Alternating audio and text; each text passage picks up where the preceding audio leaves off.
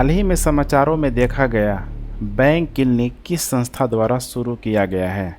भारतीय reserve bank RB है, इसके अलावा अखिल भारतीय बैंक कर्मचारी संघ, एनपीसीआई, आईबीए भारतीय बैंक संघ। इसका करेक्ट उत्तर हो जाएगा बी, अखिल भारतीय बैंक कर्मचारी संघ के द्वारा, इन लोगों के द्वारा, ठीक है। बैंक ग्राहकों को शिकायत निवारण में मदद करने के लिए एक नया ऑनलाइन पोर्टल लॉन्च किया है जिसे बैंक क्लिनिक कहा जाता है। ध्यान रखिएगा किससे संबंधित है, तो यह शिकायतों से संबंधित है। शिकायतों को किस तरीके से आप, ठीक है, कंप्लेन कर सकते हैं, उसके लिए एक नया ऑनलाइन पोर्टल लॉन्च किया गया है।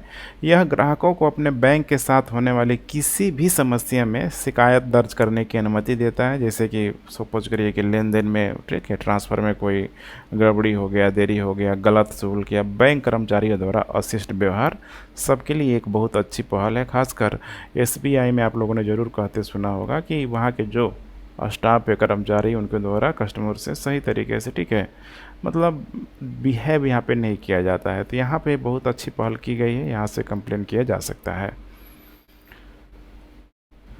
फ्लू हॉर्स हाल ही में समाचारों में देखा गया है, यह क्या है? देखिए कुछ प्रश्न यहाँ पे जानबूझ के मैंने द हिंदू के, ठीक है, जो एडिटोरियल होता है वहाँ से शामिल किया है। और यकीन मानिए आजकल ऐसे प्रश्नों का ट्रेंड बढ़ रहा है, द हिंदू को आप डिनाई नहीं कर सकते हैं, तो इसे भी ध्यान में रख के चले। फ्लू हॉर्स हाल ही में समाचारों में देखा गया, यह क्या है? तो देखिए फ्लू हॉर्स का जो संबंध है यहाँ पे मालवेयर से है, मालवेयर से है। फ्लू हॉर्स के नाम से जाने वाला एक नया एंड्रॉयड मालवेयर खोजा गया है जो पूर्वी एशिया के उपयोगकर्ताओं को यहाँ पे दुर्भावनापूर्ण ऐप्स के साथ अपना लक्ष्य बनाता है, खासकर पूर्वी एशिया की जो भी कंट्री है, ठीक है। अभी तक देखा जाए तो इसको लगभग 1 लाख से अधिक इंस्टॉल वाले वैध संस्करण की तरह यह दिखता है। लगता है कि बिल्कुल ये, ठीक है, वायरस नहीं है। फ्लू हॉर्स एक नया एंड्रॉयड मालवेयर है जो पूर्वी एशिया के उपयोगकर्ताओं को लक्षित करता है। यह ईमेल के माध्यम से वितरित किया जा रहा है और उपयोगकर्ता क्रेडेंशियल और टू फैक्टर और जो ऑथेंटिकेशन होता है, खासकर गूगल है, फेसबुक है, आजकल इन सारे ही, ठीक है, कंपनियों के द्वारा जो टू फैक्टर ऑथेंटिकेशन के लिए लगाया जाता है, जो भी यहाँ पे संवेदनशील जो जानकारी होता है यहाँ से क्या करता है यहाँ पे, ठीक है, तो चुरा लेता है यहाँ पे, ठीक है। तो इसे ध्यान रखिएगा। फ्लू हॉर्स बस पर्याप्त है, दे देगा सीधे। इसका संबंध किससे है? तो मालवेयर से। मई 2023 में ओपन चैलेंज प्रोग्राम 2.0 समाचारों में देखा गया था। निम्नलिखित में से किसने यहाँ पे लॉन्च किया हुआ है? पहला है, यहाँ पे देख पा रहे हैं, RINL, इसरो, भेल है, और इसके बाद यहाँ पे वेल है, ठीक है। इसका करेक्ट उत्तर हो जाएगा यहाँ पे राष्ट्रीय इस्पात निगम लिमिटेड, राष्ट्रीय इस्पात निगम लिमिटेड के द्वारा किया गया है। अभी इसके जो CMD है, CMD का नाम आपको ध्यान रखना है, RINL के अतुल भट्ट, अतुल भट्ट, ठीक है। अतुल भट्ट ने ओपन चैलेंज प्रोग्राम 2.0 लॉन्च किया गया है। यह कार्यक्रम, ठीक है, जो भी यहाँ पे ओपन चैलेंज प्रोग्राम कार्यक्रमों की श्रृंखला में दूसरा कार्यक्रम है, जिसे कल्पतरु, ध्यान रखिए, जो उद्यमिता केंद्र द्वारा इसको शुरू किया जा रहा है। इसी को बोला जाता है COE, ठीक है, इसी के द्वारा शुरू किया जा रहा है। यह ओपन चैलेंज प्रोग्राम उद्योग जो 4.0 है, उद्योग 4.0 है, प्रौद्योगिकी के क्षेत्र में स्टार्टअप का चयन करने के लिए है। उद्योग 4.0 पर देखा जाए तो जो भी यहाँ पे विभिन्न जो परियोजनाओं को, जैसे कि यहाँ पे STPI है, भारत का सॉफ्टवेयर प्रौद्योगिकी पार्क हो गया, मैती, इसका आप लोगों को नाम जरूर ध्यान में रख के चलना होगा, मैती, ठीक है, इलेक्ट्रॉनिक्स और IT मंत्रालय। इसके अलावा यहाँ पे RINL, राष्ट्रीय इस्पात निगम लिमिटेड, और आंध्र प्रदेश सरकार द्वारा संयुक्त रूप से इसको चलाया जा रहा है। तो उद्योग 4.0 को मैती हो गया, इसके अलावा RINL हो गया, इसके अलावा यहाँ पे हो जाएगा भारत का सॉफ्टवेयर प्रौद्योगिकी पार्क, भारत का सॉफ्टवेयर प्रौद्योगिकी पार्क, ठीक है। तो यहाँ पे आपको 4 एजेंसियाँ, इसके अलावा यहाँ पे आंध्र प्रदेश की जो सरकार है, ठीक है, 4 यहाँ पे, ठीक है, जो भी संस्थाएं हैं मिल के उसको चला रही है उद्योग 4.0 को। WHO द्वारा निम्नलिखित में से किस बीमारी को वैश्विक स्वास्थ्य आपातकाल घोषित नहीं किया गया है? बहुत इंपॉर्टेंट प्रश्न यहाँ से बन सकता है, ध्यान से देखते चलिए। मंकी पॉक्स है, कोविड-19 केवल 1, डी में दिया हुआ है एक और, ठीक है, ए और बी दोनों। देखिए इसका करेक्ट उत्तर हो जाएगा डी, ए और बी दोनों, मंकी पॉक्स को भी और यहाँ पे कोविड-19 को। तो विश्व स्वास्थ्य संगठन ने घोषणा की कि मॉन्टी पॉक्स, जो, ठीक है, मंकी जो पॉक्स है यहाँ पे और कोरोना अब वैश्विक स्वास्थ्य आपातकाल यहाँ पे नहीं है। यह निर्णय WHO की आपातकालीन समिति की एक बैठक के बाद, ठीक है, लिया गया, जिसमें निष्कर्ष निकाला गया है कि यह प्रकोप अब असाधारण नहीं है, डेंजर नहीं है और आगे प्रसार का जोखिम यहाँ पे पूरी तरीके से यहाँ पे कम हो रहा है। जो भी इसकी हम लोग, ठीक है, इंटेंसिटी की यहाँ पे बात करें तो पूरी तरीके से कम हो रहा है।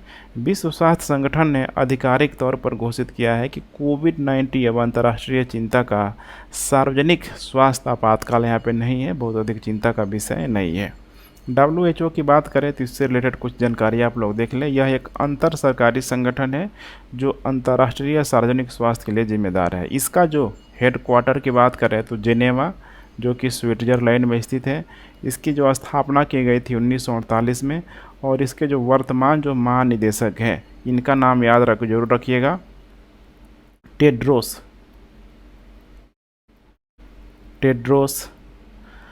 अदनोम घेब्रेयस है, ठीक है। तो टेड्रोस बस पर्याप्त है, ये सब नाम आपको ज़रूर याद करना चाहिए, डायरेक्ट एग्जाम में पूछ लिया जाता है। अंतर्राष्ट्रीय नर्स दिवस 2022 के लिए विषय क्या है, थीम क्या है यहाँ पे? पहला ऑप्शन है nurse a voice to lead health for all, हमारी नर्सें हमारे भविष्य, nurse a voice to lead invest in nursing and respect time to secure global health. इसके अलावा nurse a voice to lead a vision for the future health care. इसका correct उत्तर हो जाएगा यहाँ पे बी, हमारी नर्सें हमारा भविष्य, ठीक है। समाज में नर्सों के योगदानों को चिन्हित करने के लिए हर साल 12 मई को अंतर्राष्ट्रीय नर्स दिवस मनाया जाता है। 12 मई के इस दिन को मनाने के लिए भी चुना गया था क्योंकि यह आधुनिक नर्सिंग के जो संस्थापक रही हैं, काफ़ी इन्होंने आंदोलन किया था। इटली के रहने वाली है फ्लोरेंस नाइटेंगल, इनकी ये जयंती है। आधुनिक नर्सिंग आंदोलन का जन्मदाता इन्हीं को माना जाता है, इटली के रहने वाली है, ठीक है। तो 12 मई को कौन सा देश 11 साल बाद अरब लीग में लौटा हुआ है? बहुत इंपॉर्टेंट प्रश्न यहाँ पे हो सकता है, आप अंदाज़ा भी लगा सकते हैं। इजराइल है, ईरान है, सीरिया है, संयुक्त अरब अमीरात है। तो जो लौटा है यहाँ पे, इसका करेक्ट उत्तर हो जाएगा यहाँ पे सीरिया। अरब लीग के जो सदस्य देश 10 साल से अधिक समय पहले सीरिया के निलंबन के बाद उसकी सहायता को बहाल करने पर दोबारा ये सहमत हुए हैं, ठीक है। तो यहाँ पे ध्यान रखिएगा, ठीक है। 2011 से ही इसको यहाँ पे निलंबित कर दिया गया था। थोड़ा देखने का प्रयास कीजिए यहाँ पे अरब लीग के बारे में। ये है अरब राज्यों का लीग। एडमिनिस्ट्रेटिव देख रहे हैं यहाँ पे सेंटर काहिरा है, राजभाषा अरबी भाषा है, निवासी जो भी यहाँ पे जो अरब के आसपास जो भी लोग हैं, सदस्य देखा जाए यहाँ पे तभी 22 देश के लोग इसमें शामिल हैं।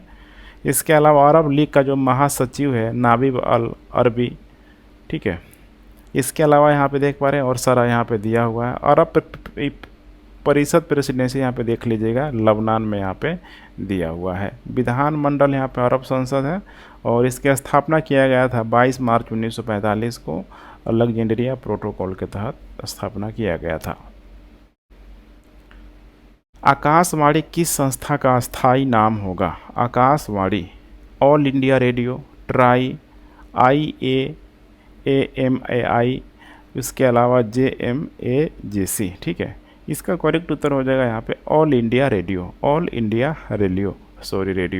भारत सरकार ने हाल ही में घोषणा की कि सार्वजनिक प्रसारक ऑल इंडिया रेडियो विशेष रूप से आकाशवाणी के रूप में जाना जाएगा। इससे पहले देखा जाए तो दोनों नाम से जाना जाता था, ठीक है, आकाशवाणी भी और यहाँ पे ऑल इंडिया रेडियो भी। लेकिन अब किसके नाम से जाना जाएगा?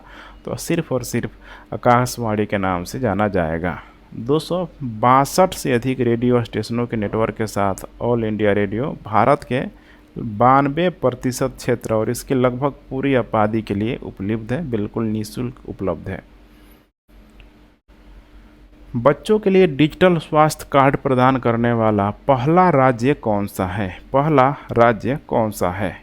यहाँ पे देख पा रहे उत्तर प्रदेश, असम, पश्चिम बंगाल और राजस्थान है। इसका करेक्ट उत्तर हो जाएगा यहाँ पे उत्तर प्रदेश। ध्यान रखिएगा, उत्तर प्रदेश। स्कूल स्वास्थ्य कार्यक्रम हाल ही में शहरी विभाग और लखनऊ स्मार्ट सिटी द्वारा लागू किया गया।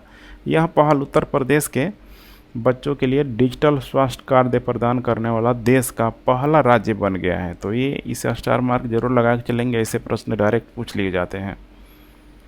नेक्स्ट, कौन सी सैन्य इकाई अंशकालिक स्वयंसेवकों के साथ एक सहायक संगठन है जो भारतीय सेना की सहायता करते हैं? भारतीय सेना की सहायता करते हैं। करेक्ट उत्तर यहाँ पे हो जाएगा इसकी प्रादेशिक सेना। प्रादेशिक सेना भारत में एक सैन्य इकाई अंशकालिक स्वयंसेवकों के साथ एक सहायक संगठन है जो भारतीय सेना को सहायता प्रदान करता है। रक्षा मंत्री राजनाथ सिंह के द्वारा हाल ही में देखिए एलओसी पर इंजीनियर रेजिमेंट के साथ टीए की एक महिला अधिकारियों की नियुक्ति और नई दिल्ली में टीए समूह मुख्यालय प्रादेशिक सेना महानिदेशक में स्टाफ अधिकारियों के रूप में नियुक्ति को यहाँ पे मंजूरी भी दी गई है। तो ध्यान रखिएगा यहाँ पे, ठीक है। प्रादेशिक सेना। निम्नलिखित में से किसे हाल ही में 2 साल के लिए केंद्रीय जांच ब्यूरो के निदेशक के रूप में नियुक्त किया गया है? परमीर सूद, सुधीर कुमार सक्सेना, ताज हसन, असित मोहन प्रसाद। इसका करेक्ट उत्तर हो जाएगा प्रवीण सूद। प्रवीण सूद 1986 बैच के आईपीएस अधिकारी रह चुके हैं। हिमाचल प्रदेश से बिलोंग करते हैं। इनकी सबसे जो अच्छी पहल है नम्मा 100। यह लोगों को, नागरिकों को आपातकालीन प्रतिक्रिया में यहाँ पे सहायता प्रदान करता है। नेक्स्ट, ISSF, इसका मतलब होता है international shooting sport federation. ISSF international shooting sport federation. Shot gun विश्व कप के संदर्भ में निम्नलिखित में से कौन सा कथन सही है? हृदय हजारिका ने फाइनल में 251.9 के स्कोर के साथ पुरुषों की 10 मीटर एयर राइफल स्पर्धा में स्वर्ण पदक जीता हुआ था। तो यहाँ पे स्वर्ण पदक नहीं जीता हुआ था, बाकी सारा स्टेटमेंट सही है। स्वर्ण पदक की जगह ठीक है, उनके द्वारा यहाँ पे रजत पदक को यहाँ पे जीता गया था।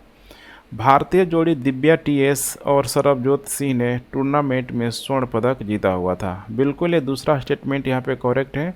स्वर्ण पदक यहाँ पे जीता गया था इन दोनों जोड़ियों के द्वारा।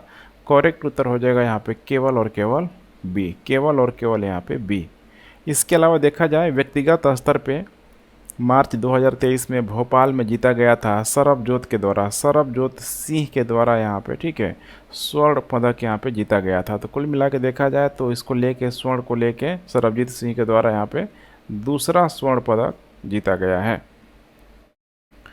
नेक्स्ट, 14 मई 2023 को रक्षा मंत्रालय ने डैश डैश सकारात्मक स्वदेशीकरण सूची की घोषणा की है। कौन सी सूची की घोषणा की है? पहली है, दूसरी है, तीसरी है, चौथी है? इसका करेक्ट उत्तर हो जाएगा यहाँ पे चौथी। रक्षा मंत्रालय ने घरेलू रक्षा उद्योग को बढ़ाने के लिए 928 सैन्य वस्तुओं के आयात पर प्रतिबंध लगा दिया है ताकि इन सारी वस्तुओं को घरेलू बाजार से खरीदा जाए। 14 मई 2023 को रक्षा मंत्रालय ने पहली बार 3 सूचियों की निरंतरता में चौथी सकारात्मक स्वदेशीकरण सूची की घोषणा की। चौथी सूची में 928 वस्तुओं का आयात प्रतिस्थापन मूल्य लगभग 715 करोड़ रुपए है। इन्हें भारतीय उद्योगों से खरीदा जाएगा। पहली 3 जो सूचियों की जो घोषणा की गई थी दिसंबर 2021 में, दूसरी की गई थी मार्च 2022 में और तीसरी की गई थी अगस्त 2022 में। नेक्स्ट, निम्नलिखित में से कौन सा हवाई अड्डा दुनिया का सबसे समय का पाबंद हवाई अड्डा बन गया है? पहला है यहाँ पे GMR हैदराबाद अंतर्राष्ट्रीय हवाई अड्डा, इंदिरा गांधी अंतर्राष्ट्रीय हवाई अड्डा, चेन्नई अंतर्राष्ट्रीय हवाई अड्डा, नेताजी सुभाष चंद्र बोस अंतर्राष्ट्रीय हवाई अड्डा। इसका करेक्ट उत्तर हो जाएगा GMR हैदराबाद अंतर्राष्ट्रीय हवाई अड्डा। यहाँ पे ध्यान रखिएगा, एविएशन एनालिटिकल फर्म सीरियम की एक रिपोर्ट के मुताबिक GMR हैदराबाद अंतर्राष्ट्रीय हवाई अड्डा दुनिया का सबसे यहाँ पे समय का पाबंद एयरपोर्ट यहाँ पे बन गया है। इस हवाई अड्डे के द्वारा 19.43% समय पर प्रदर्शन, इसको कहा जाता है ऑन टाइम परफॉर्मेंस, यहाँ पे दर्ज किया गया है। यह 90% को पार करने वाला एकमात्र हवाई अड्डा है। टाइम एक्यूरेसी की बात की जा रही है। हैदराबाद हवाई अड्डे ने वैश्विक हवाई अड्डों और बड़े हवाई अड्डे दोनों श्रेणियों में चार्ट में शीर्ष स्थान भी हासिल किया गया है। अगर यहाँ पे इसकी बात किया जाए हैदराबाद अंतर्राष्ट्रीय हवाई अड्डा का, तो यह GMR एयरपोर्ट लिमिटेड द्वारा संचालित है। GMR एयरपोर्ट्स लिमिटेड द्वारा संचालित है। यह क्षेत्र भारत का सबसे बड़ा हवाई अड्डा है और इसे 2008 में जनता के लिए खोला गया था। नेक्स्ट, भारत ने 1998 के पोखरण परमाणु परीक्षण की 25वीं वर्षगांठ मनाई। परमाणु परीक्षण का कोड नाम यहाँ पे क्या था? कोड नाम क्या था? ऑपरेशन शक्ति है, Operation Smiling Buddha, Operation Buddha, Operation Shiv Shakti. इसका करेक्ट उत्तर हो जाएगा यहाँ पे ऑपरेशन शक्ति। भारत ने 1998 के पोखरण परमाणु परीक्षणों की 25वीं वर्षगांठ यहाँ पे मनाई है। 25वीं वर्षगांठ मनाई है 11 मई को। ये दिन पूछा जा सकता है। 11 मई 1998 को भारत ने राजस्थान के पोखरण में 3 परमाणु बम परीक्षण यहाँ पे विस्फोट करके सफलतापूर्वक परीक्षण किया हुआ था। टाइम लाइन थोड़ा सा आपको ध्यान में रखने की कोशिश करना है यहाँ पे, ठीक है। 11 मई के बाद से दूसरा जो किया गया था यहाँ पे 13 मई को 2 और बमों का परीक्षण किया गया था। 1998 के पोखरण परमाणु परीक्षण का कोड जो नाम दिया गया था ऑपरेशन शक्ति, यही है ऑपरेशन शक्ति। इसका सिंबल सा मतलब यहाँ पे शाब्दिक जो रूप है, इसका संबंध है ताकत से है। भारत 2003 में एक अधिकारी परमाणु सिद्धांत के साथ सामने आया, आधिकारिक रूप से भारत में, ठीक है। इसका परीक्षण कर लिया गया, जिसने स्पष्ट रूप से नो फर्स्ट यूज नीति को भी पूरी तरीके से व्याख्या की। कब? 2003 में भारत ने मई 1947 में अपना पहला परमाणु परीक्षण किया हुआ था। पोखरण फर्स्ट का कोड नाम यहाँ पे क्या रखा गया था? तो स्माइलिंग बुद्धा। ध्यान रखिएगा, स्माइलिंग बुद्धा रखा गया था जब पहली बार यहाँ पे किया गया था तब। नेक्स्ट, 14 से 19 मई 2023 तक समुद्री शक्ति 23 अभ्यास में कौन कौन से देश भाग ले रहे हैं? भारत और चीन, नेपाल और भूटान, भारत, इंडोनेशिया और म्यांमार। करेक्ट उत्तर हो जाएगा यहाँ पे भारत और इंडोनेशिया। भारत और इंडोनेशिया की नौसेनाओं ने द्विपक्षीय समुद्री शक्ति 23 अभ्यास में यहाँ पे भाग लिया। इसमें जो भाग लिया हुआ है यहाँ पे भारत की तरफ से देखा जाए तो INS कवर्ती और एक भारतीय नौसेना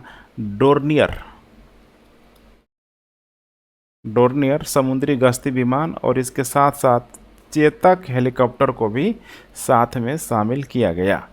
उसी तरीके से आपको इधर भी ध्यान रखना है, ठीक है। इंडोनेशिया की तरफ से देखा जाए तो KRI सुल्तान इस्कंदर मृदा है, CN-235 मैरीटाइम, पेट्रोल एयरक्राफ्ट और SS-565 पैंथर हेलीकॉप्टर इंडोनेशियाई की तरफ से प्रतिनिधित्व कर रहा है। यह दोनों नौसेनाओं के बीच अंतर सक्रियता, संयुक्तता और सहयोग को पूरी तरीके से बढ़ावा देगा।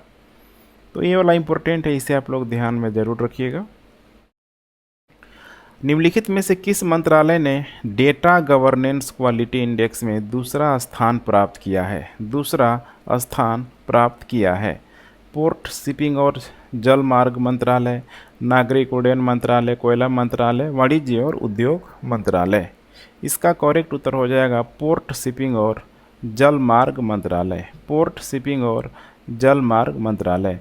फाइनेंशियल ईयर यहाँ पे 2023 की हम लोग बात करें तो फाइनेंशियल ईयर 2023 की दिसंबर तिमाही के आकलन के अनुसार पोर्ट शिपिंग और जल मार्ग मंत्रालय को डेटा गवर्नेंस क्वालिटी इंडेक्स में 66 मंत्रालयों में दूसरा स्थान दिया गया है। पोर्ट शिपिंग और जल मार्ग मंत्रालय ने डेटा गवर्नेंस में पाँच में से 4.7 अंक हासिल किया है। सर्वेक्षण, विकास, निगरानी और मूल्यांकन कार्यालय नीति आयोग द्वारा यहाँ पे किया गया। किसके द्वारा यहाँ पे किया गया? तो नीति आयोग के द्वारा यहाँ पे किया गया। नेक्स्ट, ट्विटर के नए सीईओ कौन होंगे? काफ़ी इंपॉर्टेंट प्रश्न पूछा जा सकता है। करेक्ट उत्तर हो जाएगा यहाँ पे रेमन लगुआर्टा। एलोन मस्क ने, ठीक है, ध्यान रखिएगा, एलोन मस्क ने, सॉरी इसका, ठीक है, रेमन लेगवार्टर नहीं होगा यहाँ पे, थोड़ा सा देखने का आप लोग प्रयास कीजिए, ये गलत है यहाँ पे, ठीक है, रेमन लेगवार्टर नहीं, लिंडा होगा, ठीक है, लिंडा याकरिनो को, एलोन मस्क ने लिंडा याकरिनो को ट्विटर का नया सीईओ नामित किया है। लिंडा याकरिनो विज्ञापन प्रमुख के यहाँ पे हेड होंगे और एलोन मस्क ने यहाँ पे ट्विटर खरीदने के लिए 44 अरब डॉलर का सौदा पूरा किया था पिछले ही महीने 2022 में, लगभग अक्टूबर महीने के आसपास। निम्नलिखित में से कौन सा अंतर्राष्ट्रीय परिवार दिवस 2023 का विषय है? 2023 का विषय है families and urbanisation, demographic trends and families, families and climate action, families in development. इसका करेक्ट उत्तर हो जाएगा demographic trends and families. Demographic trends and families. हर साल 15 मई को अंतर्राष्ट्रीय परिवार दिवस मनाया जाता है। 15 मई को अंतर्राष्ट्रीय परिवार दिवस मनाया जाता है। इस दिन को 1993 में संयुक्त राष्ट्र महासभा द्वारा अंतर्राष्ट्रीय महत्व का दिन घोषित किया गया था। यह दिन परिवारों से संबंधित मुद्दों के बारे में जागरूकता को बढ़ावा देने का अवसर प्रदान करता है। अंतर्राष्ट्रीय परिवार दिवस की जो थीम थी 2022 की पूछा जा सकता है, family and urbanisation. Family and urbanisation पहला जो स्टेटमेंट है यहाँ पे, ये 2022 की थीम है और 2023 की थीम है डेमोग्राफिक ट्रेडर्स एंड फैमिलीज। उस भारतीय अमेरिकी नागरिक का नाम बताइए जिसने अमेरिकी विदेश विभाग ने महिलाओं के मुद्दे के लिए अपना दूत नियुक्त किया है। रेणु खातोर, गीता राव गुप्ता, अंजलि जैन, गीता मेनन। इसका करेक्ट उत्तर हो जाएगा गीता राव गुप्ता। गीता राव गुप्ता। भारतीय अमेरिकी नागरिक गीता राव गुप्ता को अमेरिकी विदेश विभाग ने महिला संबंधी मुद्दों के लिए अपना दूत नियुक्त किया है। गुप्ता की नियुक्ति को अमेरिका सीनेट ने 51 वोटों से मंजूरी दे दी है। गीता राव गुप्ता अमेरिकी विदेश नीति को ध्यान में रखते हुए महिला और बालिका अधिकारों को बढ़ावा देगी। सुश्री गुप्ता ने अपने संदेश में कहा कि दुनिया भर में महिलाओं को कई तरह की असमानताओं और अमर्यादित व्यवहार का सामना करना पड़ रहा है, जिससे अर्थव्यवस्था में उनका समुचित योगदान नहीं हो पाता है। भारत में ये सब चीज़ देखने के लिए मिलता है कि भारत के जीडीपी में अगर देखा जाए, ठीक है, तो खासकर जो महिलाएं जो घर से जो काम करती है, खासकर हाउस वाइफ के रूप में देख पा रहे हैं यहाँ पे, वहाँ पे चूँकि मुद्रा का जनरेट नहीं होता है तो उनके श्रम को भी किसी तरीके से काउंट नहीं किया जाता है। तो सिर्फ भारत के स्तर पे नहीं है, पूरे विश्व के स्तर पे देखा जाए तो ये समस्या है और इसी को गीता राव गुप्ता के द्वारा उठाया गया है।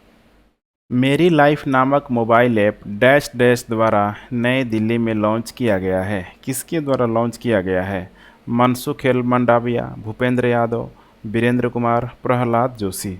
इसका करेक्ट उत्तर हो जाएगा भूपेंद्र यादव। भूपेंद्र यादव के द्वारा यह लॉन्च किया गया नई दिल्ली में।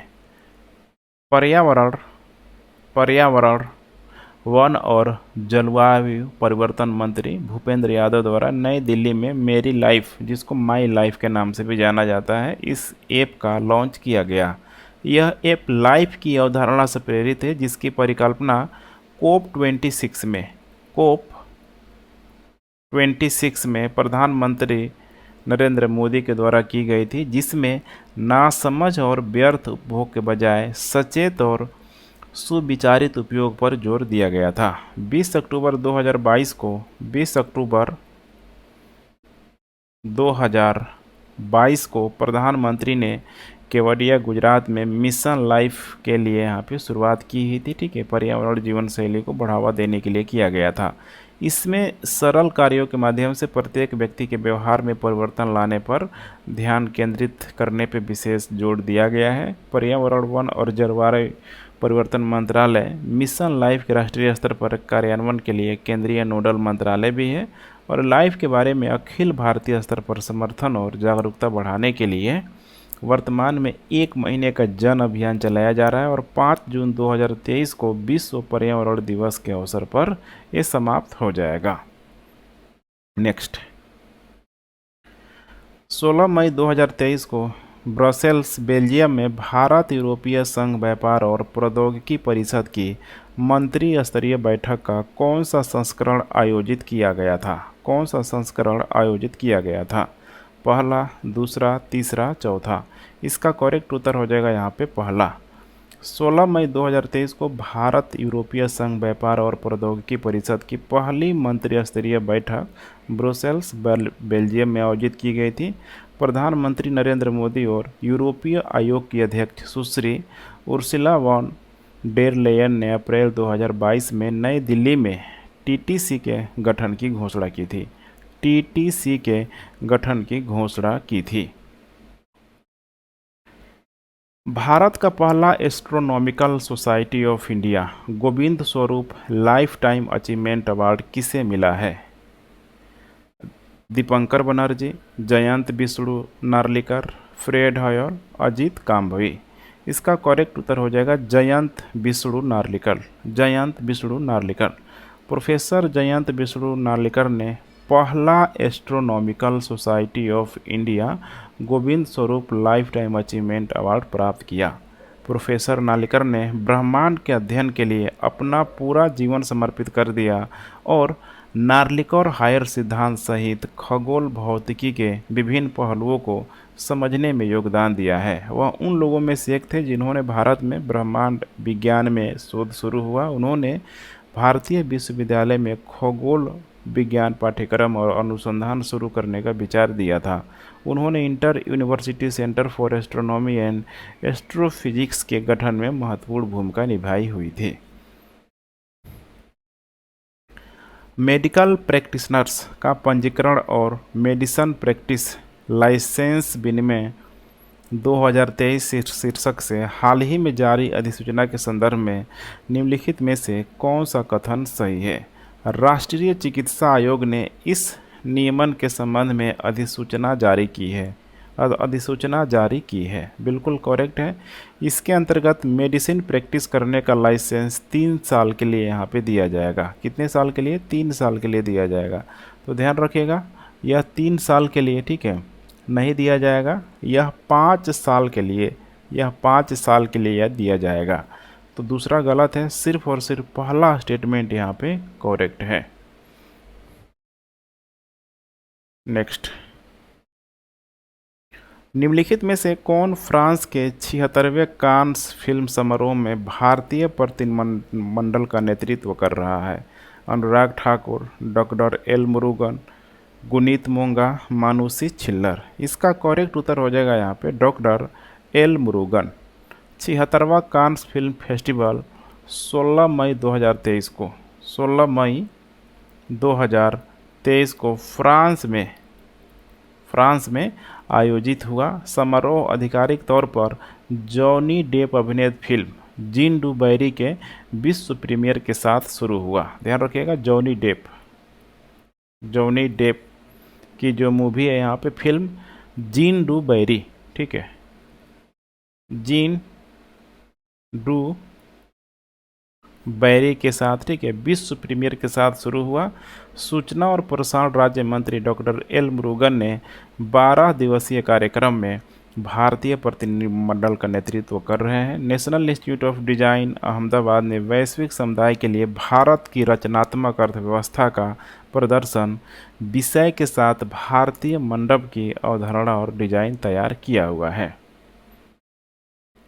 वसुधा गुप्ता महानिदेशक आकाशवाणी समाचार ने निम्नलिखित में से किसकी क्षेत्रीय समाचार इकाई के 67वें स्थापना दिवस समारोह के अवसर पर स्मारिका आकाशशीर्बता का विमोचन किया?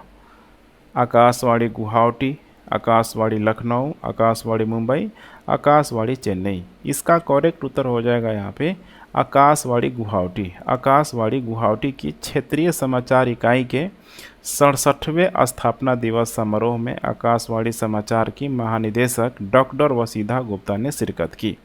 67वां स्थापना दिवस के अवसर पर आकाशवाणी समाचार की महानिदेशक डॉक्टर वसुधा गुप्ता के द्वारा आकाशशीर्बता का लॉन्च किया गया। आकाशवाणी गुवाहाटी के देखिए क्षेत्रीय जो समाचार इकाई ने 15 मई 1957 को समाचार प्रसारित करना शुरू किया था। एडिज इजिप्टी मादा मच्छर के काटने से निम्नलिखित में से कौन सी बीमारी फैलती है? जीका वायरस, डेंगू, चिकनगुनिया, ऊपर के सभी। यहाँ पे ध्यान रखना चाहिए आपको, ऊपर के सभी जो जीका वायरस है, डेंगू, चिकनगुनिया, सब एडिज मादा मच्छर के काटने से फैलते हैं। हर साल 16 मई को राष्ट्रीय डेंगू दिवस मनाया जाता है। यह स्वास्थ्य और परिवार कल्याण मंत्रालय द्वारा लोगों में डेंगू के बारे में जागरूकता फैलाने की एक पहल है। डेंगू की अगर हम लोग यहाँ पे बात करें तो यह डेंगू वायरस, ध्यान रखिएगा, DENV 140 serotype DEN 1, DEN 2, DEN 3, DEN 4 के कारण होने वाली एक वायरल बीमारी है। यह 4 डेंगू विषाणुओं में से किसी एक संक्रमित, जो भी यहाँ पे एडिज, जिसको इजिप्टी मादा मच्छर के नाम से भी जाना जाता है, इससे देखा जाए, ठीक है, तो यहाँ पे पीत ज्वर, जीका विषाणु, डेंगू, ठीक है, ये सब चिकनगुनिया को भी ये संचारित करता है। तो तीनों यहाँ पे, ठीक है, इसके वजह से हो सकता है। नेपाल के पूर्व उप प्रधानमंत्री और कम्युनिस्ट पार्टी के फरार नेता का नाम बताएं, जिन्हें 14 मई को काठमांडू के बुधा नीलकंठा से गिरफ्तार किया गया था। राम बहादुर थापा, इंद्रजीत राय, बहादुर राय माझी, बालकृष्ण खन। करेक्ट उत्तर हो जाएगा यहाँ पे बहादुर राय माझी। राय माझो को भूटान शरणार्थियों की आड़ में अमेरिका भेजने के वादे के साथ नेपाली नागरिकों को धोखा देकर लाखों रुपए की धोखाधड़ी में कथित भूमिका के लिए गिरफ्तार किया गया है। भूटान शरणार्थी घोटाले के संबंध में अधिकारियों द्वारा उनके खिलाफ वारंट जारी करने के बाद से वह फरार थे, जो कि इनको यहाँ पे, ठीक है, गिरफ्तार किया गया है। मई 2023 में भुवनेश्वर से डैश डैश के लिए पहली सीधी अंतर्राष्ट्रीय उड़ान सेवा शुरू की गई है। सैन फ्रांसिस्को है, मॉस्को है, दुबई है, पेरिस है। इसका करेक्ट उत्तर हो जाएगा यहाँ पे दुबई। भुवनेश्वर से सीधे दुबई के लिए पहली बार सीधी अंतर्राष्ट्रीय उड़ान सेवा शुरू की गई है और इंडिगो के साथ, ध्यान रखिएगा, इंडिगो के साथ यहाँ पे सीधी उड़ान सेवा एक प्रमुख गंतव्य के रूप में भुवनेश्वर के बढ़ते महत्व को ही ये इंडिकेट करती है। WPI होलसेल प्राइस इंडेक्स मुद्रास्फीति मार्च 2023 में 1.34 से घटकर अप्रैल 2023 में माइनस हो गया। कितना यहाँ पे माइनस हुआ? 1.72%, 1.48%, 1.16%, 0.92%। इसका करेक्ट उत्तर हो जाएगा यहाँ पे डी, 0.092% के आसपास हो गया था। मार्च 2023 में देखा जाए तो 1.34% था, लेकिन अप्रैल 2022 की बात करें, हम लोग बात कर रहे हैं किसकी, अप्रैल 2022 की, तो इस समय देखा जाए तो 15.38% के यहाँ पे आसपास था। 15.38 के आसपास यहाँ पे था, लेकिन 2023 के अप्रैल में बहुत भारी मात्रा में गिरावट देखने के लिए मिली है, माइनस में आ गया 0.92% के आसपास। केंद्रीय आवास और शहरी मामलों के मंत्रालय द्वारा अपनी चल रही परियोजनाओं को पूरा करने के लिए अतिरिक्त समय के अनुरोध के जवाब में स्मार्ट सिटीज मिशन को डैश डैश तक बढ़ा दिया गया है। कब तक बढ़ा दिया गया है? जनवरी 2024, मार्च 2024 जून 2024 अक्टूबर 2024। इसका करेक्ट उत्तर हो जाएगा जून 2024 तक इसको बढ़ा दिया गया है।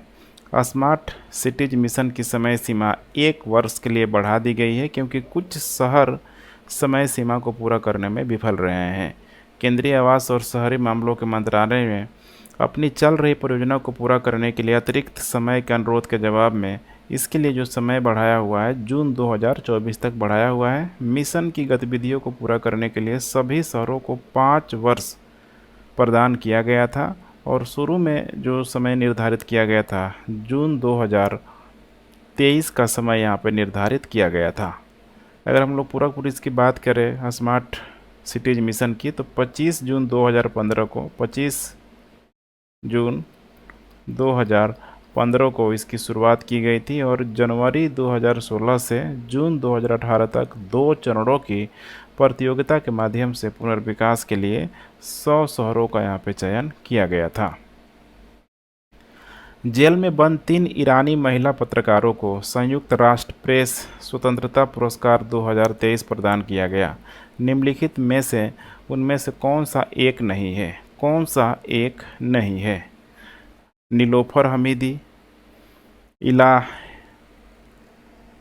मोहम्मदी, नरगेस मोहम्मदी, इसके अलावा यहाँ पे गुइलेर्मो कैनो। इसका करेक्ट उत्तर हो जाएगा यहाँ पे कौन नहीं है। तो ये जो गुइलेर्मो कैनो है यहाँ पे नहीं है, बाकी 3 को यहाँ पे दिया गया था। ध्यान रखिएगा, बाकी 3 को यहाँ पे दिया गया था। 2 मई को संयुक्त राष्ट्र ने जेल में बंद 3 ईरानी महिला पत्रकारों को सच्चाई और जवाबदेही के प्रति उनकी प्रतिबद्धता के लिए प्रेस स्वतंत्रता पुरस्कार से सम्मानित किया है।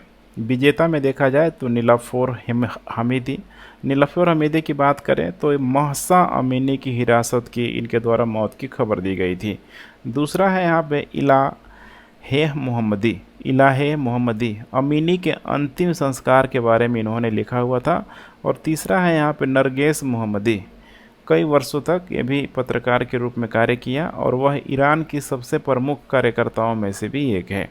तीनों को यहाँ पे संयुक्त राष्ट्र के द्वारा, ध्यान रखिएगा, संयुक्त राष्ट्र के द्वारा प्रेस स्वतंत्रता पुरस्कार 2023 प्रदान किया गया।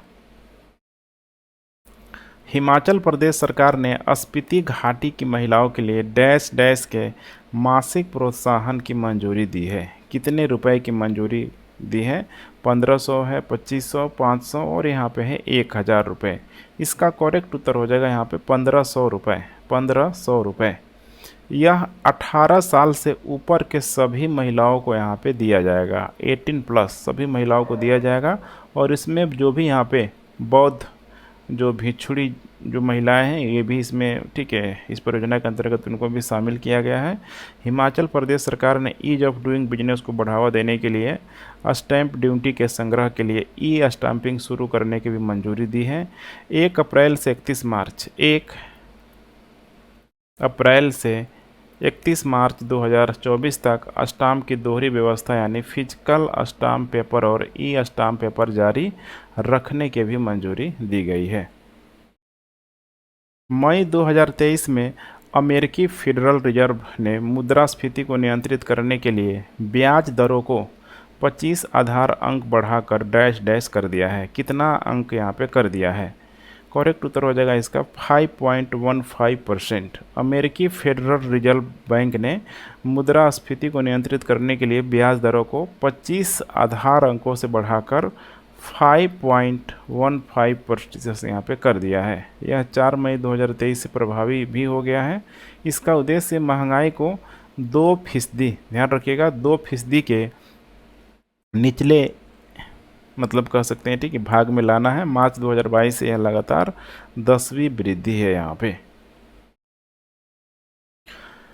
भारत ने निम्नलिखित में से किस स्थान पर 4 से 5 मई को एससीओ के विदेश मंत्रियों की बैठक की मेजबानी की? मुंबई है, दिल्ली है, गोवा है, चेन्नई है। इसका करेक्ट उत्तर हो जाएगा यहाँ पे गोवा। भारत ने संघाई सहयोग संगठन के सभी सदस्यों को औपचारिक रूप से निमंत्रण भेजा हुआ था। चीन, पाकिस्तान, रूस सबको यहाँ पे भेजा गया था अपने विदेश मंत्रियों की उपस्थिति के यहाँ पे, ठीक है। इन लोगों के द्वारा पुष्टि भी किए गया था कि हम लोग आएंगे। विदेश मंत्रियों की बैठक का फोकस मुख्य रूप से SCO council of state of heads की आगामी बैठक की मूल सामग्री पर था। 3 से 4 जुलाई को यहाँ पे दिल्ली में यहाँ पे होने वाली है, दिल्ली पे होने वाली है। यह चीनी विदेश मंत्री की भारत की दूसरी यात्रा थी। पिछली बार विदेश मंत्री, ध्यान रखिएगा, चीन की किन गैंग ने मार्च 2023 में G20 विदेश मंत्री की बैठक से ठीक 2 महीने पहले भारत का दौरा किया हुआ था। भारत ने हाल ही में एससीओ, रक्षा, परिवहन हो गया और इसके अलावा NSA स्तर की बैठक की आयोजित भी किया गया था। महाराष्ट्र सरकार ने हाल ही में डैश डैश की प्रारंभिक पूंजी निधि के साथ महाराष्ट्र राज्य अवसंरचना विकास निगम की स्थापना को मंजूरी दे दी है। 100 करोड़, 250 करोड़, 500 करोड़, 1000 करोड़ रुपए। इसका करेक्ट उत्तर हो जाएगा यहाँ पे 100 करोड़। महाराष्ट्र राज्य अवसंरचना विकास निगम की स्थापना को महाराष्ट्र सरकार द्वारा अनुमोदित यहाँ पे किया गया है। 100 करोड़ रुपए यहाँ पे अनुमोदित किया गया है। यह राज्य भर में अच्छी गुणवत्ता वाली सड़क के निर्माण में तेजी लाने और उनके रख रखाव की मरम्मत को सुनिश्चित करने के उद्देश्य से पूरी तरीके से यहाँ पे किया गया है। इंफ्रास्ट्रक्चर पे, ठीक है, महाराष्ट्र कैबिनेट ने राज्य भर के सभी नगरीय निकायों में ठोस अपशिष्ट प्रबंधन के लिए सूचना और संचार प्रौद्योगिकी पर आधारित समाधानों का उपयोग करने के प्रस्ताव को भी मंजूरी दे दी है। यह प्रस्ताव देखा जाए तो स्वच्छ भारत मिशन के तहत किया जाएगा। इस प्रस्ताव पर करीब 578 करोड़ रुपए खर्च होने की संभावना है। मई 2023 में चौथा राष्ट्रीय जल पुरस्कार 2022 जारी किया गया। इस पुरस्कार में किस राज्य को प्रथम स्थान प्राप्त हुआ? महाराष्ट्र है, राजस्थान है, उड़ीसा है, मध्य प्रदेश है। इसका करेक्ट उत्तर हो जाएगा यहाँ पे मध्य प्रदेश। चौथे राष्ट्रीय जल पुरस्कार 2022 में मध्य प्रदेश ने सर्वश्रेष्ठ राज्य की कैटेगरी में यहाँ पे स्थान प्राप्त किया था। तो नंबर 1 में यहाँ पे मध्य प्रदेश में, सेकेंड में ध्यान रखिएगा उड़ीसा, और थर्ड पे है यहाँ पे आंध्र प्रदेश भी है और बिहार। दोनों को यहाँ पे संयुक्त रूप से एक साथ शामिल किया गया है, 1, 2 और यहाँ पे 3। वहीं अगर जिला के स्तर पे देखा जाए तो सर्वश्रेष्ठ जिला श्रेणी में उड़ीसा के गंजम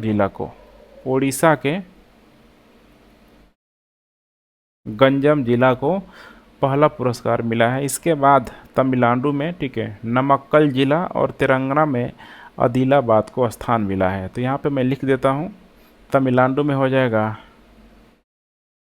नमक्कल जिला, तमिलनाडु। तीसरा हो जाएगा यहाँ पे तेलंगाना में हो जाएगा आदिलाबाद जिला।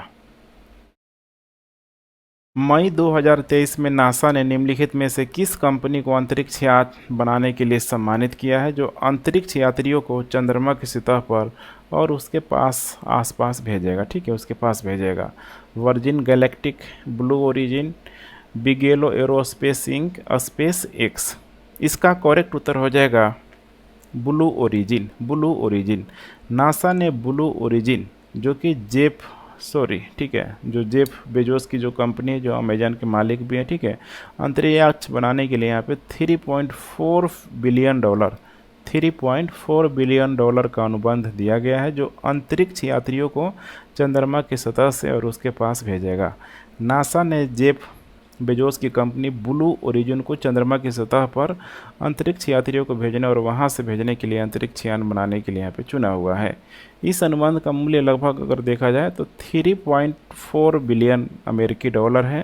ब्लू ओरिजिन मानव लैंडिंग सिस्टम के लिए नासा की आवश्यकताओं को पूरा करने के लिए, अपने ब्लू मून लैंडर को डिजाइन करने के लिए, विकसित करने के लिए, परीक्षण करने और सत्यापित करने के लिए भी यह कार्य करेगा। इसका रिस्पॉन्सिबिलिटी भी लेगा। जापान ने हाल ही में भारत की यूपीआई भुगतान प्रणाली में शामिल होने की इच्छा दिखाई है। यूपीआई में शामिल होने वाला कौन सा देश पहला था यहाँ पे? भूटान है, नेपाल है, बांग्लादेश है और श्रीलंका है। देखिए इसका करेक्ट उत्तर हो जाएगा नेपाल। ठीक है, नेपाल। ठीक है, चूँकि नेपाल यहाँ पे पहला देश विदेशी देश के रूप में इसमें शामिल हो रहा है, यूपीआई को अपने देश में भी लागू कर रहा है।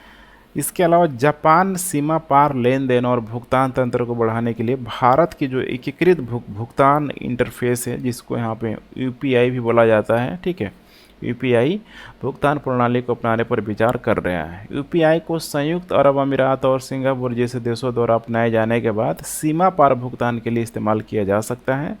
जापान यूपीआई प्लेटफॉर्म का अध्ययन करने के लिए भारत में एक टीम भेजेगा और जापान यूपीआई को अपनाता है तो अंततः नेटवर्क को जोड़ने पर विचार भी करेगा। तो उसकी टीम आएगी पूरा पूरा, ठीक है, इसको रिव्यू करेगी, प्रोसेस क्या है, इसका फंक्शन है, कैसे वर्क कर रहा है। किस राज्य ने देश के पहले सुशासन विनियमों को मंजूरी दी है? महाराष्ट्र है, राजस्थान, तमिलनाडु, तेलंगाना। इसका करेक्ट उत्तर हो जाएगा यहाँ पे महाराष्ट्र। महाराष्ट्र के मुख्यमंत्री एकनाथ शिंदे ने राज्य प्रशासन में जवाबदेही सुनिश्चित करने के लिए, पहुंच को सुनिश्चित करने के लिए, गतिशीलता और पारदर्शिता बढ़ाने के उद्देश्य से देश में पहला सुशासन विनियमों को मंजूरी दे दी है। पहला प्रश्न है, भारत की G20 अध्यक्षता के तहत 4 दिवसीय संस्कृति कार्य समूह की बैठक ओडिशा के भुवनेश्वर में हुई। बैठक किस पर जोर देगी? तो जो भी प्रश्न बन रहा है यहाँ पे, इन प्रश्नों को भी ध्यान से देखने की कोशिश कीजिए, क्योंकि यहाँ से भी प्रश्न बन सकता है कि उड़ीसा के कौन से शहर में हुआ था, तो भुवनेश्वर में हुआ था। बैठक किस पर जोड़ देगी या फिर थीम के रूप में समझ सकते हैं। पहला ऑप्शन है G20 में संस्कृति को बढ़ावा देना। आइए अपनी संस्कृति को श्रेष्ठ बनाएं। संस्कृति सभी को जोड़ती है या फिर सभी को एकजुट करती है। एक धरती और एक परिवार।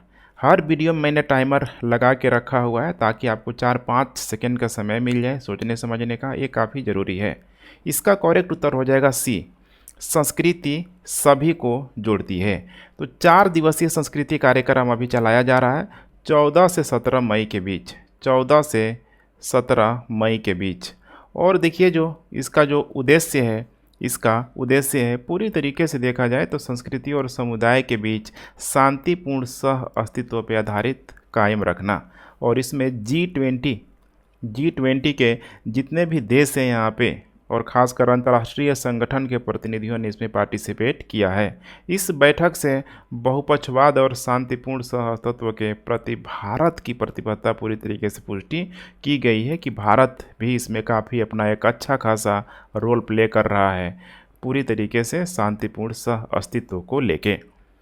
दूसरा प्रश्न है, मई 2023 में केंद्रीय जांच ब्यूरो के अगले निदेशक के रूप में किसे नियुक्त किया गया है? अगले निदेशक के रूप में किसे नियुक्त किया गया है केंद्रीय जांच ब्यूरो के अगले निदेशक के रूप में? सुबोध कुमार जायसवाल, प्रवीण सूद, रिचर्ड वर्मा, प्रतिमा मूर्ति।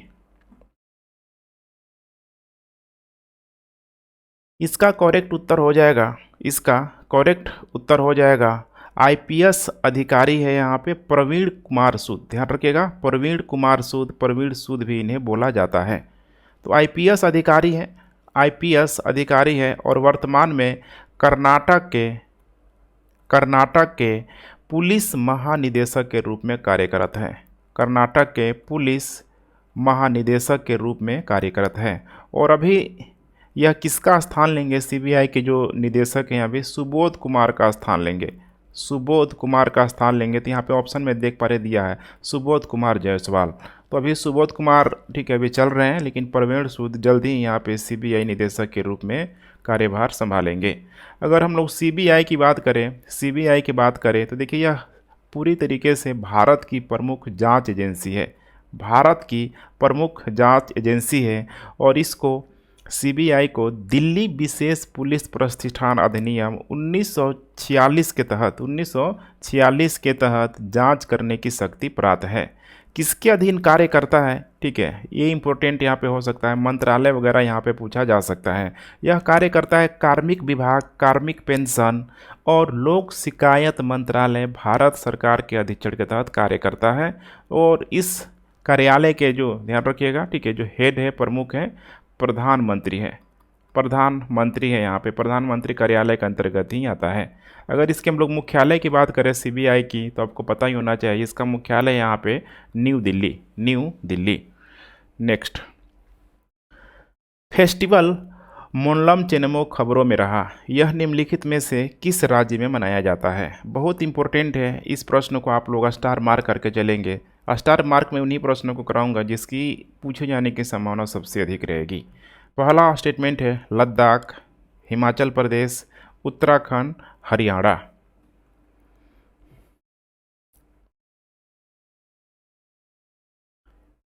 इसका करेक्ट उत्तर हो जाएगा लद्दाख। लेह लद्दाख में अभी यह चलाया जा रहा है, लेह लद्दाख में अभी यह चलाया जा रहा है। 5 दिवसीय, ध्यान रखिएगा, 5 दिवसीय यह कार्यक्रम है। 5 दिवसीय कार्यक्रम में एक प्रार्थना महोत्सव के रूप में चलाया जा रहा है। और इसका जो क्रियान्वयन है यहाँ पे, क्रियान्वयन जो है यहाँ पे बौद्ध भिक्षुओं के द्वारा, बौद्ध भिक्षु और जो भी नॉन लोग हैं यहाँ पे, तो 2 लोगों के यहाँ पे ध्यान रखिएगा, बौद्ध भिक्षुक और प्लस यहाँ पे हो जाएगा नन। ठीक है, तो ये अभी चर्चा में क्यों रहा है? देखिए, यह हर साल मनाया जाता था, लेकिन कोविड की वजह से यह पिछले 3 सालों से यह बंद था, लेकिन इस बार से यह शुरू किया गया है। तो बेसिकली ये है क्या? मोनलम चेनमोती एक सामूहिक प्रार्थना है, एक सामूहिक प्रार्थना है। और इसका जो आयोजन किया जाता है, आयोजन जो किया जाता है, यहाँ पे एक एसोसिएशन है जिस एसोसिएशन का नाम है ऑल लद्दाख गोनपा, ऑल लद्दाख गोनपा, ध्यान रखिएगा, ऑल लद्दाख गोनपा एसोसिएशन द्वारा इसका, ठीक है, आयोजन किया जा रहा है। और मोनलम जो चेनमो है यहाँ पे, मोनलम जो चेनलो है यहाँ पे लद्दाख के संघ समुदाय की एक प्रमुख वार्षिक प्रार्थना है जो सारे लोग मिल के यहाँ पे करते हैं। और इसको लेकर बड़ा इंटरेस्टिंग चीज़ है कि जो भारत, जो तिब्बत जो बॉर्डर है वहाँ पे, ठीक है, आईटीबीपी ने भी 5 दिवसीय शिविर संघ के लिए सेवा के दौरान चिकित्सा शिविर लगाने के लिए आयोजकों के साथ हाथ मिलाया हुआ है। तो इसमें एक तरीके से देखेंगे तो आईटीबीपी भी यहाँ पे पार्टिसिपेट करते हुए नज़र आ रही है, आईटीबीपी।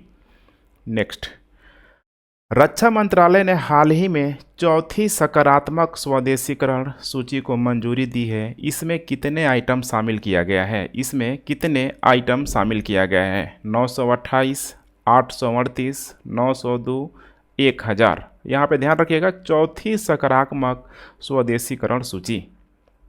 सोच के आपको, ठीक है, कमेंट भी नीचे करते चलना है। इसका करेक्ट उत्तर हो जाएगा 928, 928। ठीक है, तो अभी जो रक्षा मंत्रालय जो राजनाथ सिंह हैं उन्हीं के द्वारा यह, ठीक है, इस सूची को यहाँ पे पूरी तरीके से अप्रूवल दिया गया है, मंजूरी दिया गया है।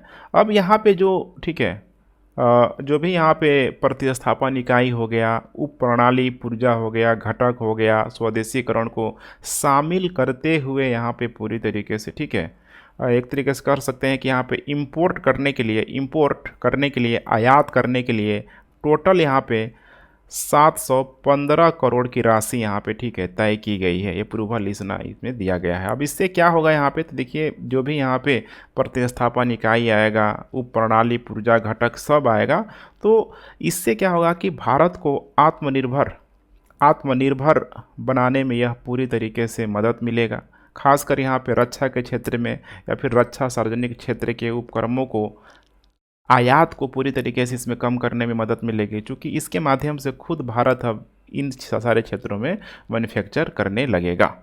तो इससे अर्थव्यवस्था में बूस्ट भी आएगी, खुद आप समझ सकते हैं। आगे चल के आयात में भी यहाँ पे कमी आएगी।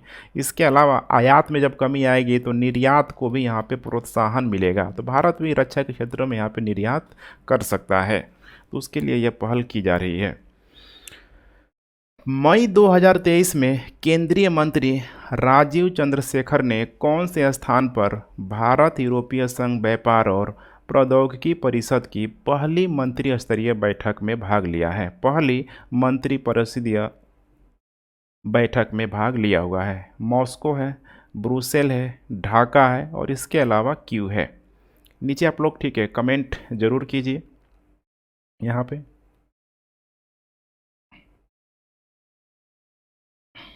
मॉस्को है, ब्रुसेल है, ढाका है और उसके बाद यहाँ पे क्यू है। इसका करेक्ट उत्तर हो जाएगा यहाँ पे ब्रुसेल। ब्रुसेल में यहाँ पे किया जा रहा है। इस बैठक का जो आयोजन है 16 मई 2023 को हुआ है, 16 मई 2023 को, ठीक है, हुआ है, मतलब की जाएगी, ठीक है। और इस बैठक में जो विदेश मंत्री है एस जयशंकर के नेतृत्व में भारत का एक मंत्रीय ऑस्ट्रेलिया प्रतिनिधिमंडल यहाँ पे पार्टिसिपेट करेगा ही करेगा। अब यहाँ पे जैसे आपको देखने के लिए मिल रहा है कि भारतीय यूरोपीय संघ व्यापार, अब इसमें क्या होगा यहाँ पे, तो पूरी तरीके से जैसे कि जो भी, ठीक है, इम्पोर्टेंट जो भी टेक्नोलॉजी है, डिजिटल शासन है या फिर डिजिटल कनेक्टिविटी है, हरित और स्वच्छ ऊर्जा प्रौद्योगिकी हो गया, व्यापार, निवेश, तो जितना भी ये सारी इंपॉर्टेंट बातें हैं यहाँ पे पूरी तरीके से, ठीक है, एक कम्युनिकेशन के स्तर पे, एक सहयोग के स्तर पे यहाँ पे बातचीत की जाएगी, बातचीत यहाँ पे की जाएगी। नेक्स्ट, मई 2023 में भारत के G20 प्रेसिडेंसी के तहत तीसरी energy transition working group meeting निम्नलिखित में से किस स्थान पर हुई है? किस स्थान पे हुई है? पुणे है, मुंबई है, बेंगलोर है और उसके बाद से यहाँ पे नई दिल्ली है। तो किस स्थान पे हुई है? तो 15 से 17 मई को यह, ठीक है, आयोजित की जाएगी। मुंबई में, ध्यान रखिएगा, मुंबई में यह आयोजित की जाएगी। और इसकी जो अध्यक्षता जो की जाएगी केंद्रीय ऊर्जा सचिव श्री आलोक कुमार के द्वारा की जाएगी, जो केंद्रीय ऊर्जा सचिव, ठीक है यहाँ पे। इसके अलावा देखेंगे इसमें तो विश्व बैंक, इसके अलावा भारत की विश्व ऊर्जा परिषद भारत, ठीक है, यहाँ पे 3 बैठक के दौरान प्राथमिकता करने वाले क्षेत्र पर विचार विमर्श करेंगे। और इस बैठक में देखिए वैश्विक ऊर्जा परिवर्तन में तेजी लाने और सतत विकास को बढ़ावा देने के तरीकों पर चर्चा होने की यहाँ पे उम्मीद है। तो काफ़ी, ठीक है, इम्पोर्टेंट प्रश्न भी हो सकता है। नेक्स्ट, डार्क ब्लू टाइगर और डबल ब्रांडेड कौवा निम्नलिखित में से किससे संबंधित है? अभी ये चर्चा में रहा है, ठीक है, एडिटोरियल वगैरह में प्रश्न इस तरीके से दिया जाता है। तो डार्क ब्लू टाइगर और डबल ब्रांडेड कौवा, मत्स्य है पहला, उसके बाद प्रवाल भित्ति है, तितली है और उसके बाद यहाँ पे पक्षी है। तो किससे संबंधित है? तो देखिए यह संबंधित है तितली से, ध्यान रखिएगा, तितली से। तो अभी देखिए जो भी रिसर्चर जो लोग हैं, शोधकर्ता वाले जो लोग हैं, उनका कहना है कि मिल्कवीड तितलियों के प्रवास स्वरूप और उनके खाने की आदतों पर अध्ययन से उनकी रक्षा करने में यहाँ पे मदद मिल सकती है। तो बेसिकली ये तितलियों से पूरा संबंध है, उनकी एक्टिविटियों पे नज़र डालने का, फिर उनके बारे में जो भी जानकारी इकट्ठा करने का इसके माध्यम से प्रयास किया जा रहा है।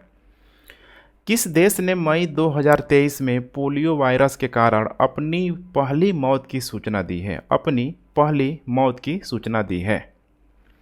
पहला उज्बेकिस्तान, उसके बाद पाकिस्तान, अफगानिस्तान और यहाँ पे तुर्कमेनिस्तान।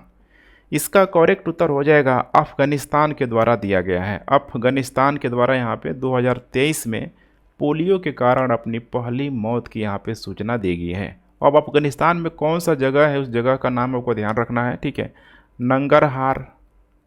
नंगरहार प्रांत के कूट और बटिकूट जिले में, कूट और दूसरा हो जाएगा बटिकूट जिले में पोलियो के 2 मामले सामने आए हैं।